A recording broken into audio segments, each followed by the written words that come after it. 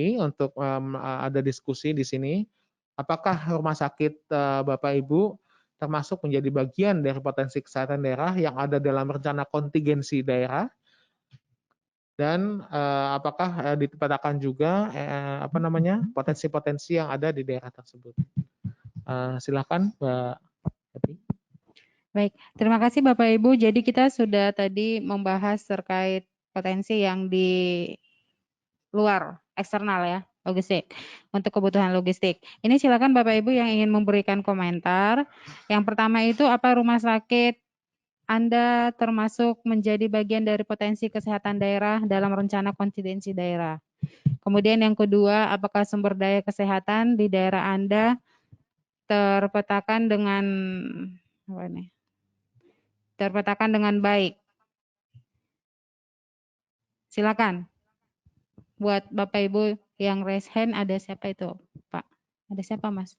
Aku nggak kebaca ya, Mas. Iya, dari mana?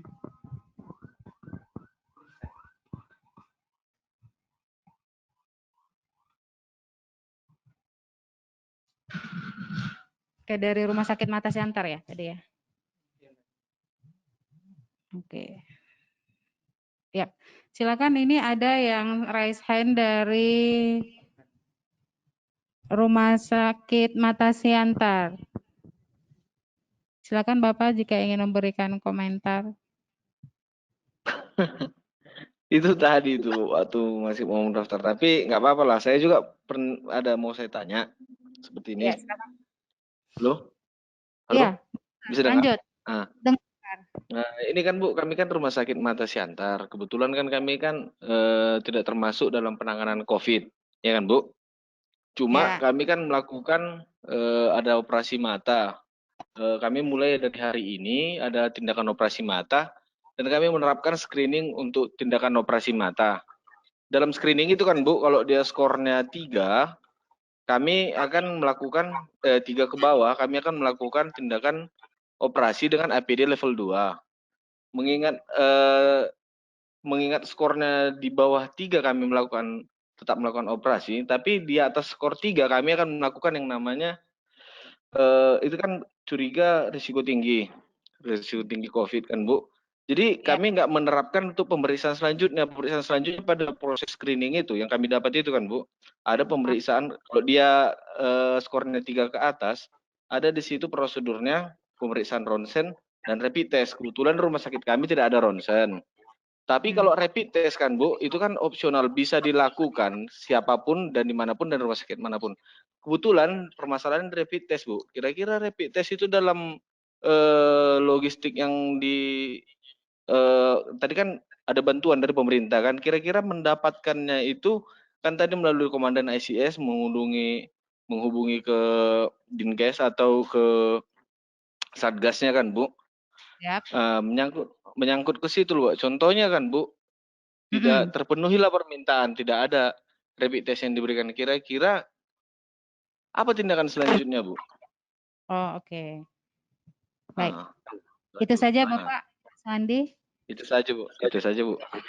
Terima kasih. Ini menarik ya Mas Gede, dari workshop yang pertama, kedua hingga logistik. Akhirnya kita bisa mendengarkan dari Rumah Sakit Mata Siantar bagaimana kondisi mereka di sana. Jadi Rumah Sakit Siantar ini tidak termasuk tidak menangani COVID ya, benar ya. Jadi hanya melakukan screening yang untuk mata, tapi yang ini yang ingin ditanyakan adalah terkait rapid test. Rapid test ini bagaimana jika misalnya tidak terpenuhi meskipun sudah menghubungi pihak eksternal yang terlibat, misalnya dari Dinas Kesehatan ataupun yang lainnya sudah melalui Komandan ICS. Silakan. Ya. Terima kasih Bapak dari Siantar. Waduh, ini pertanyaan bagus sekali nih. Ngeri-ngeri sedap juga saya jawabnya kan ya. Karena memang kalau kita berdasarkan teori, ini memang Bapak tentukan ininya analisis risiko juga toh. Iya. Nah, seperti yang kemarin dibilang Ibu Ipung juga. Nah, ini keselamatan dan safety and security dari tenaga kesehatan harus tetap nomor 1. Jadi memang secara dilematis kita bilang kalau tidak dapat rapid test, kemudian kita tidak bisa menjamin keamanan dan keselamatan dari tenaga kesehatan, kalau bisa ditunda lebih baik saya sarankan untuk ditunda saja, Pak. Karena sekali lagi dalam ICS ini yang terpenting adalah selain sistem komando yang jelas dan terstruktur, juga keamanan dan keselamatan dari tenaga yang melakukan respon bencana. Jadi kalau dari operasi kan ada bidang-bidangnya itu, IC, kemudian bidang operasi, bidang logistik. Bidang operasi bilang tidak bisa, kita nggak bisa kerjakan ini kalau tenaga kesehatan kita tidak aman. Nah, kembali lagi ke IC dengan pertimbangan PPI-nya, kemudian pertimbangan logistik. Logistik tadi jelas sudah cari ke sana kemari tidak dapat. Balik ke IC lagi, IC yang memutuskan bahwa kalau bisa ini kita tunda saja. Kalau nggak life saving ya Pak ya. Bahkan pun kalau menurut saya pun ini agak dilematis juga. Kalau life saving pun kalau misalnya keselamatan dari tenaga kesehatan itu tidak bisa dijamin, lebih baik satu bisa kita rujuk atau kita tunda Pak. Itu sekedar jawaban dari saya. Yep. Terima kasih Mas Gede. Ini ada tambahan juga ya Halo? dari Dr. Bella. Ingin menambahkan sebentar ya Pak, silakan. Ya baik. Baik, terima kasih untuk rumah sakit khusus mata ya. Ya, jadi memang pemberian tes ini dari dinas itu tidak diberikan ke semua rumah sakit, kecuali rumah sakit yang memang menjadi rujukan untuk COVID. Jadi khususnya untuk rumah sakit mata memang pasti dari dinas kesehatan tidak akan memberikan rapid test. Hanya saja kalau misalnya dari rumah sakit khusus mata itu memiliki kasus yang memang harus dilakukan operasi, artinya itu emergensi, tetapi ternyata situasinya itu tinggi ya, bahwa ini memang risiko, itu bisa dilaporkan ke dinas kesehatan, sehingga dinas kesehatan bisa memberikan rapid test untuk jadi ada jalur-jalur khusus yang memang bisa diberikan oleh dinas kesehatan. Tetapi ini terkait dengan operasinya. Apakah memang itu emergensi yang harus dilakukan? Atau kalau memang tidak, itu bisa ditunda. Jadi memang tergantung dari operasinya. Karena memang yang utama kita kan melihat bagaimana keamanan safety dari petugas kita, itu yang pertama. Dan yang kedua, bahwa rumah sakit mata bukanlah rumah sakit rujukan COVID. Nah, kalau bukan rumah sakit rujukan COVID, tinggal melihat lagi apakah ini emergensi atau tidak. Kalau memang emergensi dan harus dilakukan operasi, tetapi situasinya juga keadaannya tinggi dan dikhawatirkan terkait dengan COVID, ini bisa mengajukan ke dinas kesehatan dengan dengan pelaporan, artinya cerita bahwa seperti apa situasinya dan ini emergensi.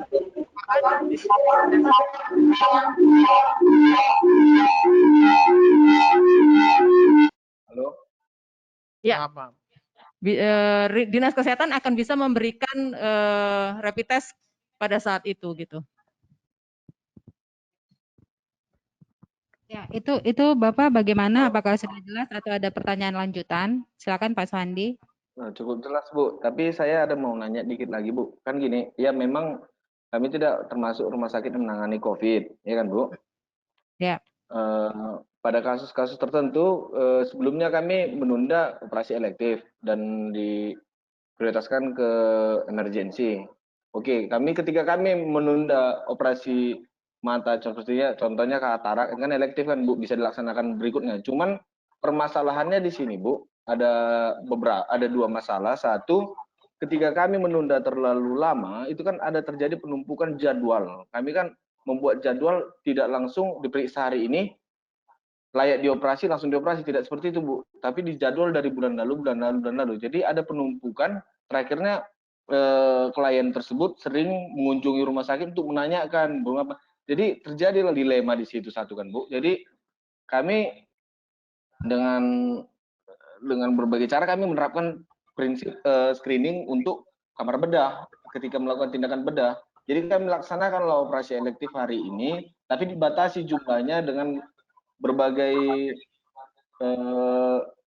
standar lah Bu, seperti screening ada, baru pembatasan jumlah operator di ruang operasi dan lain sebagainya. Jadi kalau kami menunda, kemungkinan kami udah melakukannya kemarin. Cuma untuk operasi dengan ada penundaan itu penumpukan yang terjadi, Bu. Permasalahannya, dilemanya di situ, Bu. Protes dari klien satu kan, Bu. Baru kedua, emergensi. Ketika terjadilah tindakan emergensi, contohnya kayak adanya paparan benda asing masuk ke mata, kayak kan sering datang kejadian kena tusuk paku atau masuk benda lain ke matanya. Ketika kami mau melakukan itu kan, itu kan tindakan bedah operasi kecil atau pengangkatan lah kan, Bu, bisa terjadi di dalam. Kami melakukan screening dulu, tapi ketika kami menemukan screening itu skornya di atas 3, artinya risiko tinggi kan, Bu, apabila dilakukan tindakan. Nah, di situ kami, Bu, ketika kan di alur yang kami dapat itu, Bu, di skor di atas 3 harus dilakukan rapid test dan pemeriksaan ronsen. Di situ kami, ronsen tidak bisa dilakukan karena kami tidak ada ruangannya kan, Bu, tidak ada fasilitasnya, tapi rapid test memungkinkan. Jadi nggak mungkin kami membiarkan orang yang keadaan emergensi itu tidak dilakukan tindakan, Bu. Sementara itu kan, mana ya, emergensi juga, Bu, yang langsung kontak langsung dia, Bu, dilakukan Ya. tindakan. Apa enggak harus emergensi seperti itu dilakukan rapid test juga, Bu, kira-kira? Ya, terima kasih. Bisa ditangkap pertanyaannya ya, Mas Gede ya? Ya, Oke, silakan.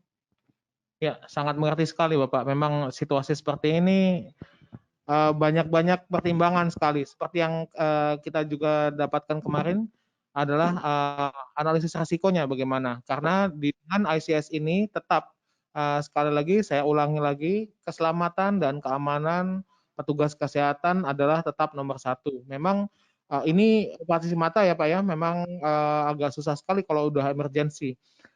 Juga kita juga concern dari teman-teman anestesi dan spesialis emergency medis yang di IGD itu juga memiliki concern yang sama. Pilihannya adalah nyawa sudah, kalau sudah seperti itu, nyawa dia atau nyawa tenaga kesehatan, kan seperti itu. Nah, itulah kenapa fungsi dari PPI di sini sangat penting sekali bersama dengan logistik untuk menjamin ketersediaan alat-alat yang benar-benar untuk mengamankan si tenaga kesehatan sendiri. Nah, ini mungkin silakan dari ito-itonya Bapak ini mau Ya, jadi menyampaikan. memang yang perlu disiapkan memang mungkin Mas Gede sudah menyampaikan ya juklak-juklak yang dipersiapkan. Jadi masing-masing rumah sakit itu khususnya untuk mata mungkin sudah memiliki SOP terkait dengan ini. Jadi kalau misalnya kayak orang yang tadi ya tertusuk matanya atau ada corpus elendium atau keadaan yang memang emergensi yang harus dilakukan, ini saya juga nggak ngerti ya, maksudnya perhitungan dari resiko yang disebut dengan kalau 3 ke atas itu ya apa saja yang di screening sehingga itu menjadikan keputusan untuk pengambilan ya melakukan rapid test ya. Karena memang kalau memang dia emergensi dan memiliki tadi yang sudah saya sampaikan di awal dan memang memiliki screening yang memang harus dilakukan rapid test, ya memang harus diminta ke dinas kesehatan. Tapi kalau memang dari screening juga rasanya sepertinya ya saya nggak tahu juga nih, yang sampai 3 itu apa ya? Maksudnya dari mata tadi sudah ada diskusinya nggak ya? Saya nggak. Ini, Bu, Kalau kami menerapkan screening kan, kalau yang kami baca dari ini dapat dari dari kebijakan dari rumah sakit juga. Contohnya riwayat 14 hari terakhir ada demam, batuk pilek, sesak napas, diare, anosmia, mialgia, perjalanan ke luar negeri. Itu skornya itu kan, Bu.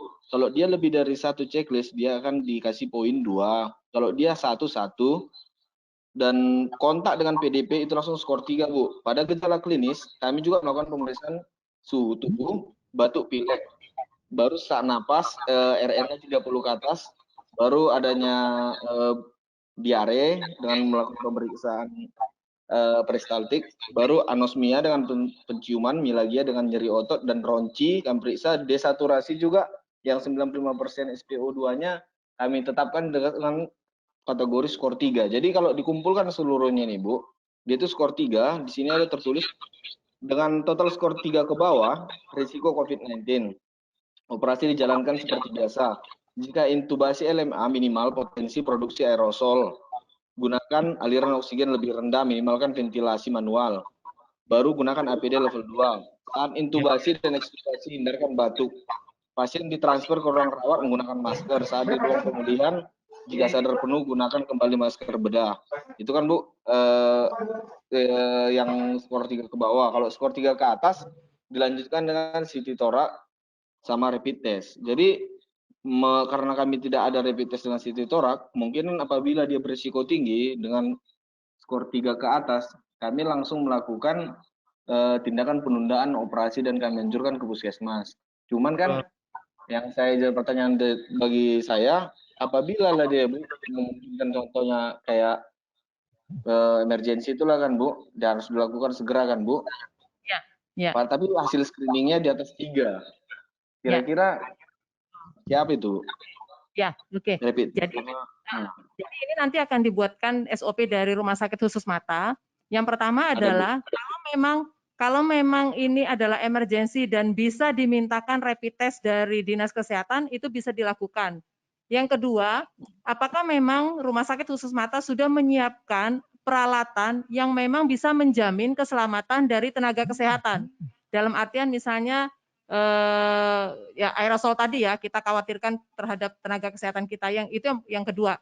Kemudian yang ketiga, kalau memang itu tidak memungkinkan semuanya, artinya pasien ini harus dirujuk ke rumah sakit rujukan yang memang memiliki fasilitas dokter mata dan operasi yang bisa dilakukan di sana, sehingga mereka sudah memiliki peralatan yang bisa menjamin tenaga kesehatan. Jadi tidak dilakukan di rumah sakit mata. Jadi mungkin seperti itu. Oke. Ya, seperti itu Pak Suwandi. Ya. Oke Bu.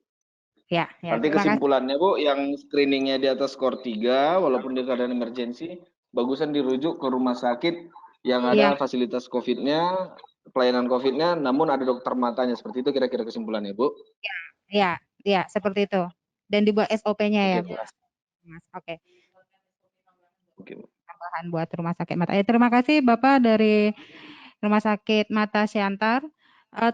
Ini kita lanjut materi atau ada satu lagi nih Mas Gede yang bertanya. Boleh, ada resen satu lagi ya kepada Pak Joko Prayitno.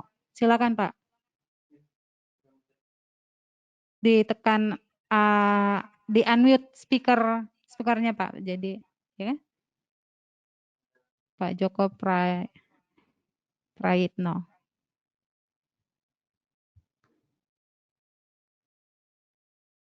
Silakan Monggo Pak Joko di unmute Pak. Di unmute dulu yang ada gambar speaker. Dipencet speakernya Pak. Mikrofon, gambar mikrofon ya. Bisa? Oh, sepertinya belum bisa. Kalau dari via chatting ada nggak? Oh, belum ada. Oke, kita lanjut saja dulu materinya. Nanti akan kita lanjutkan lagi untuk diskusi.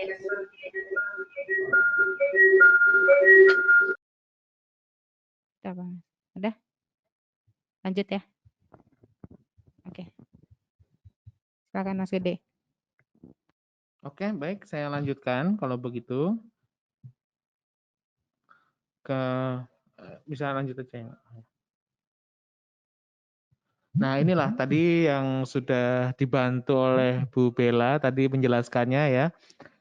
Nah, apakah rumah sakit Anda termasuk bagian jadi dari potensi kesehatan daerah dalam dokumen rencana kontingensi? Nah, kalau sudah daerah tersebut, misalnya Kabupaten Siantar ya tadi ya, kota Siantar. Kalian yang orang-orang ini, itu sudah punya kontingensi daerah, kemudian dirubahnya si rencana kontingensi ini menjadi rencana operasi.